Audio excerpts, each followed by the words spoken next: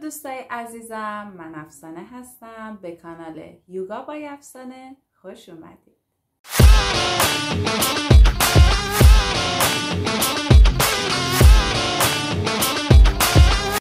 امروز قرار با هم سری سوم پاونموکت آسانا ها رو تمرین کنیم.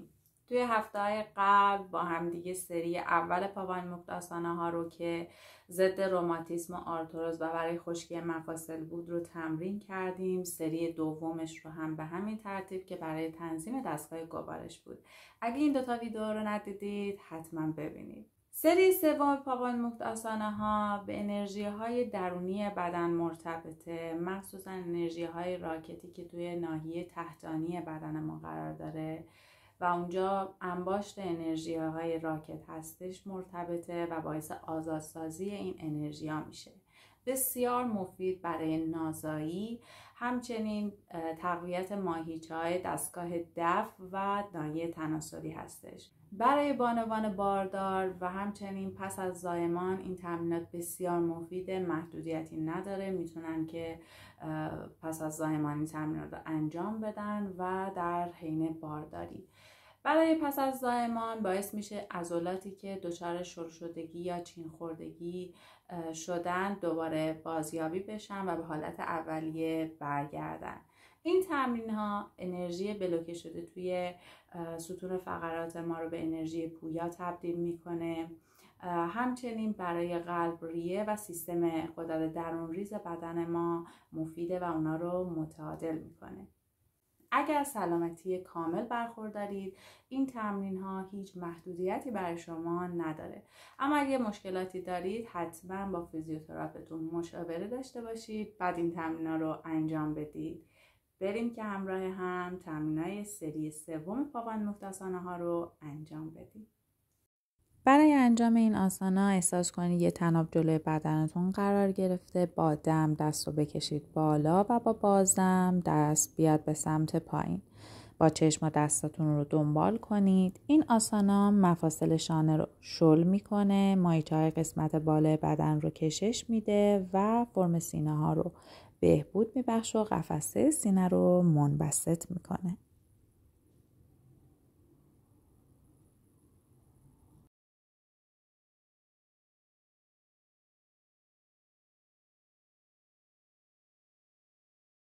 دقت کنید توی این تمرین پاهاتون حد توانتون باز باشه و زانوها خم نباشه.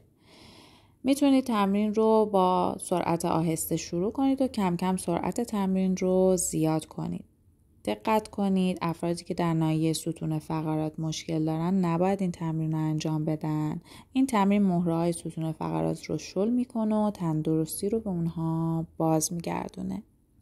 دقت کنید موقع رفتن به پیچ دم و موقع برگشت از پیچ بازدم که باعث میشه یک ماساژ سطحی به ستون فقرات داده بشه. این تمرین به دو حالت انجام میشه. توی حالت اول پاهاتون رو 30 تا 40 سانتی متر از هم باز میکنید و احساس میکنید یه آسیاب دستی جلوتون قرار گرفته و با دستاتون آسیاب دستی رو حرکت میدید.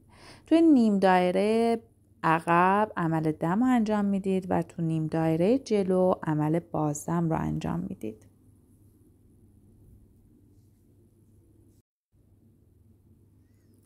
توی حالت دوم پاهاتون رو تا حد امکان باز میکنید و تمرین رو به همون حالت تمرین اول انجام میدید.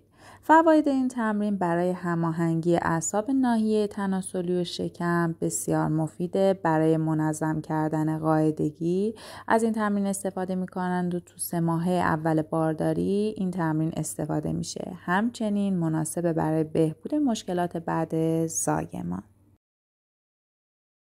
توی این حرکت یه دم بگیرید، با بازدم بدن رو ببرید به سمت جلو. احساس کنید که دارید پاروی یک قایقی رو حرکت میدید. دستاتون حالت دایره رو ترسیم کنه.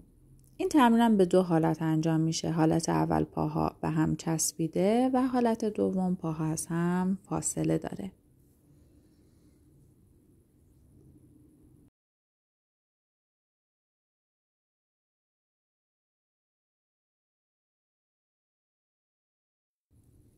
این تمرین اثر مثبتی روی ناحیه تناسلی، شکم و انرژی های بلوکه شده و راکت توی این قسمت ها رو داره. معمولا برای درمان بیماری های زنان این تمرین خیلی به کار میره.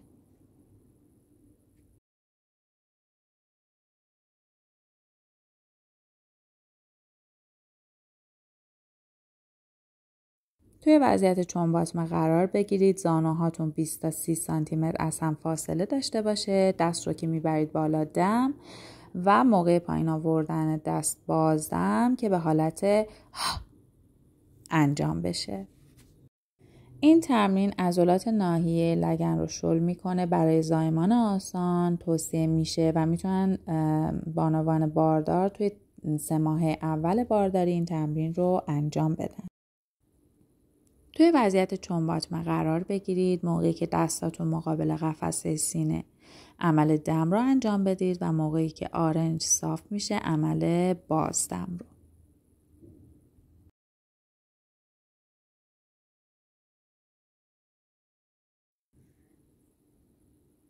این آسانا تاثیر زیادی روی اعصاب و عضلات ران و زانوها، شانه‌ها، بازوها، گردن داره و قابلیت انحنای لگن رو افزایش میده.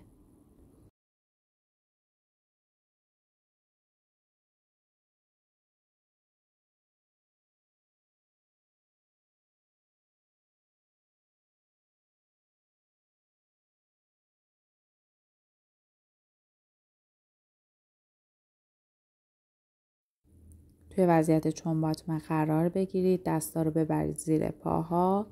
دم بگیرید. حبس دم داشته باشید و موقعی که زانوها رو صاف میکنید عمل بازدم رو انجام بدید. این تمرین تمام فواید تمرین قبلی رو داره، با این تفاوت که تاثیر بیشتری روی مفاصل و عضلات میده و ناحیه لگن و مایچه‌ها رو ماساژ هم میده. این تمرین در تمام ستون فقرات یک کشیدگی متعادل ایجاد میکنه و تمام مهره‌های ستون فقرات و مفاصل رو در جهت یکدیگه فشار میده که در نتیجه اون فاصله و اتصال اونها متعادل میشه. همزمان هم تمام سیستم عصبی ستون فقرات و غلاف‌های سخت هماهنگ کشش داده میشن. این تمرین رو معمولاً برای از بین بردن نفخ شکم انجام میدن. بعد انجام دادن این تمرین حتما برید توی وضعیت شاواسانا و استراحت کنید. موقعی که میرید توی وضعیت شاواسانا دقت کنید روی ضربان قلب و تنفس و تاثیر انجام آسانا روی ناحیه پایین کمر و کفل‌ها و ران‌ها و زانوها، مچ پاها. تنفس به حالت طبیعی تو این تمرین و این تمرین ساق پاها رو برای نشستن در وضعیت مراقبه آماده میکنه و گردش خون رو در پاها تنظیم میکنه و معمولا برای درمان یبوست نیز به کار میره. اگه حفظ تعادل توی این تمرین براتون سخته میتونید به دیوار تکیه بدید، اما دقت کنید پاشنهاتون باید 20 سانتی از دیوار فاصله داشته باشه.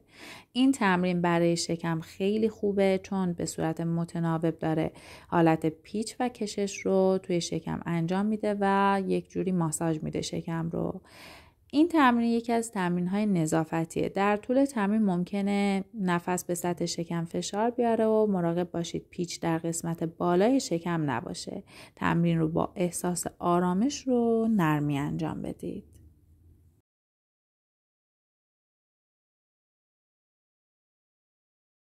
مرسی که در اینجای ویدیو همراه من بودید. امیدوارم که این تمرینات براتون مفید بوده باشه. اگه این ویدیو رو دوست دارید لطفاً لایک کنید، کانال منو سابسکرایب کنید، زنگوله رو فعال کنید و مسیرتون پرنور.